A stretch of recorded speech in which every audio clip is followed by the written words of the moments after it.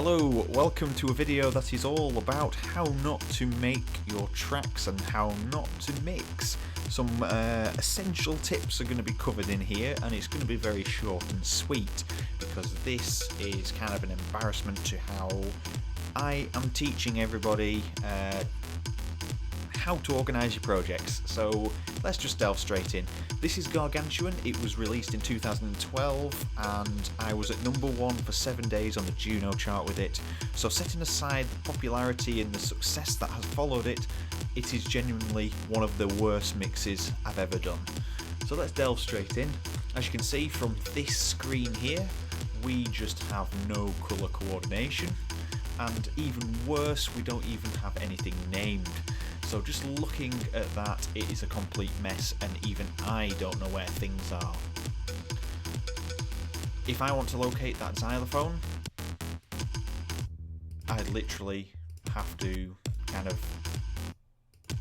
And there you go, it's not there because it's down here. So look, it's under the group tracks. It should be above. It's just a mess.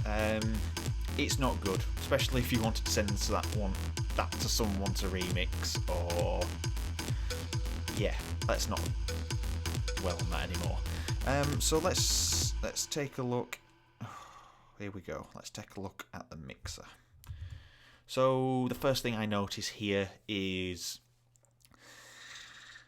the lack of EQ that I have used. I seem to have compressors everywhere. Now, if we just take a look at this channel, so as you can see, I've not intentionally panned anything, it's slightly to the right. If we look above there, we've got the multiband compressor, we've got a compressor, we've got another compressor, and then we've got a dual filter. And honestly, I don't know what any of them are doing.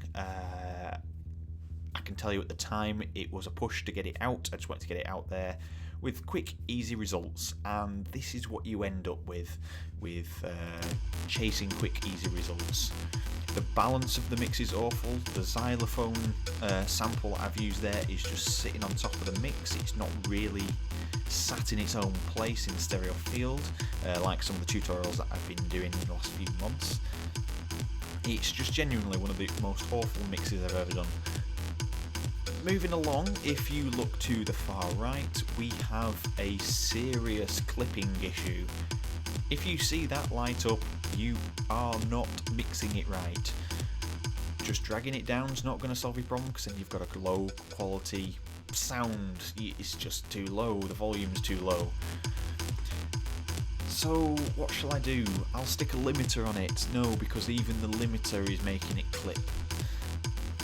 Things can't be solved simply. You've got to treat it like a newborn child. You've got to nurture the track from beginning to end. And if you just slap on effects on top, this is what you end up with.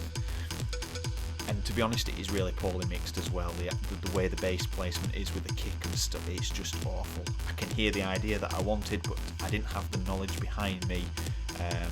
Because I was like a lot of you, looking for tutorials, looking for people to help me, looking for how to mix bass as a general, not as, oh, let's mix bass like David Guetta.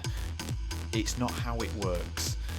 So, yes, shoving multiband compressors on everything is not the answer. It achieved a sound, but is it the sound you really want to be known for when you do get a little bit of notoriety? No. So this is a good example. Do not do this. Let's just move this on. So whether intentional or not, I do quite like the effect. The melody's got quite a lot of bass in there. That is mixing in with the kick drum and every other bass sound that is in there. If you look at the multiband, we've got all the bass up there, it's all in there. There is no EQ whatsoever on there.